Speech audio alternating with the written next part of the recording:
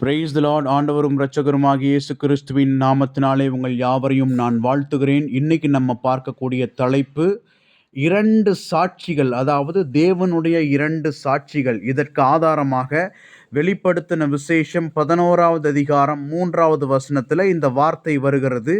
நான் உங்களுக்காக அந்த வசனத்தை வாசிக்கிறேன்.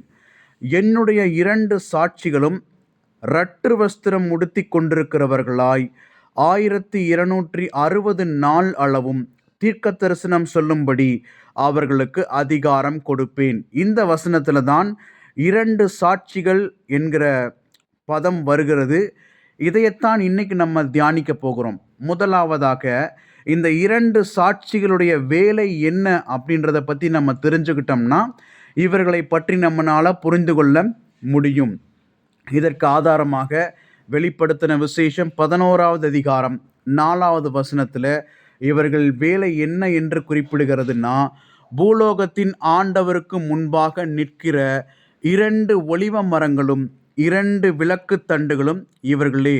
இவர்களை எதோடு ஒப்பிடுறாங்கன்னா ஒலிவ மரத்தோடும் விளக்கு தண்டுகளோடும் இவர்களை ஒப்பிடுகிறார்கள். ஒலிவ மரத்தை பற்றி நம்ம பிறகு தியானிக்கலாம்.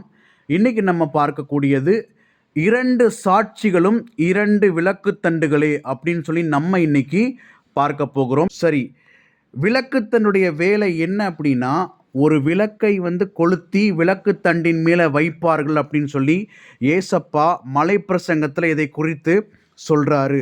விளக்குத்தண்டுடைய வேலை என்ன அப்படின்னா, விளக்கை விழுகாமல் பேலன்ஸ் பண்ணுற வேலையை தான் இந்த விளக்குத்தண்டு செய்து கொண்டிருக்கிறது.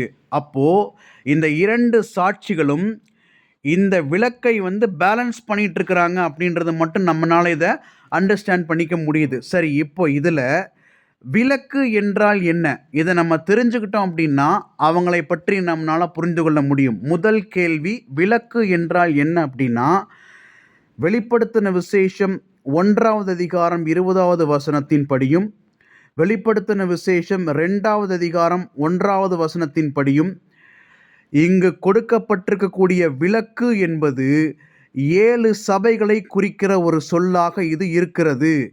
அப்போ விளக்கு என்ற சொல் சபையை குறிக்கிறது என்றால் விளக்கு தண்டு என்ற சொல் யாரை குறிக்கிறது அப்படின்னு ஒரு கேள்வி வரலாம்.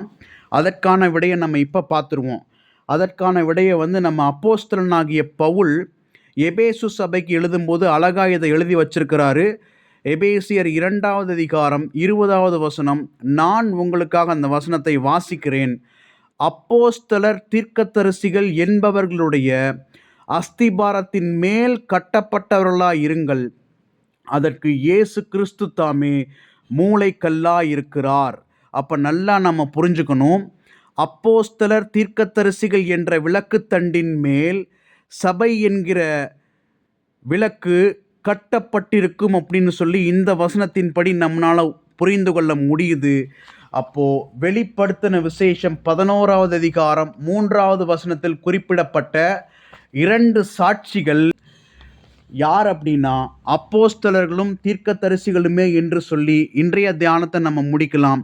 மேலும் பல ரகசியங்களை அறிந்து கொள்ள எங்களோடு இணைந்திருங்கள். கர்த்தர் நம்மை ஆசீர்வதிப்பாராக. ஆமேன்.